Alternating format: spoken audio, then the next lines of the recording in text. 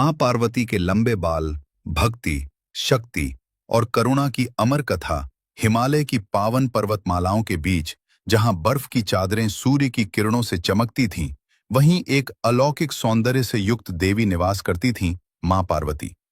उनका रूप सौम्य था, मुख पर करुणा, नेत्रों में स्नेह, और उनके लंबे घने काले बाल हिमालय की काली रात जैसे प्रतीत होते थे। ये बाल केवल सौंदर्य नहीं थे, बल्कि उनमें तप, शक्ति और सृष्टि का रहस्य छिपा था। बालों में छिपा तप और त्याग मां पार्वती ने भगवान शिव को पति रूप में पाने के लिए वर्षों तक कठोर तपस्या की। वे खुले आकाश के नीचे बैठती, वर्षा हो या बर्फ, सूर्य हो या अंधकार, उनका ध्यान अडिग रहता। उनके बाल समय के साथ और भी लंबे होते चले गए।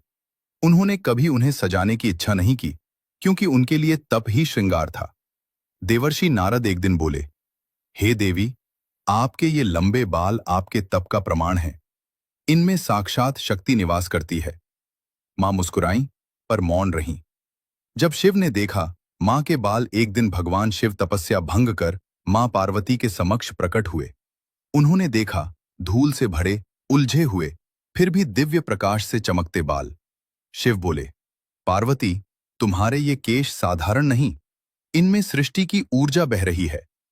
मां पार्वती ने विनम्रता से उत्तर दिया, गंगा अवतरण और मां पार्वती के बाल जब गंगा को पृथ्वी पर लाया जाना था, तब उनका वेग इतना प्रचंड था कि धरती नष्ट हो सकती थी।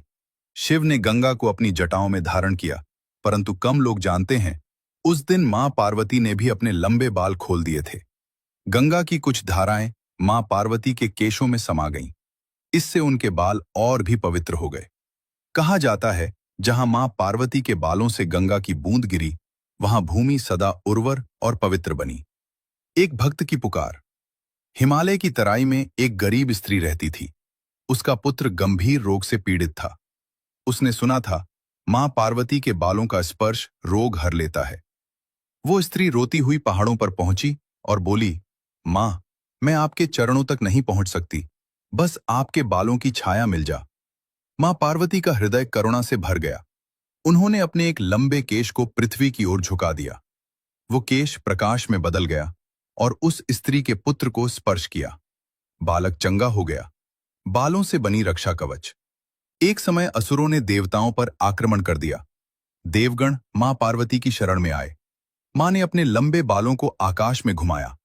उन बालों से एक शक्ति कवच बना, जिसने असुरों को रोक दिया।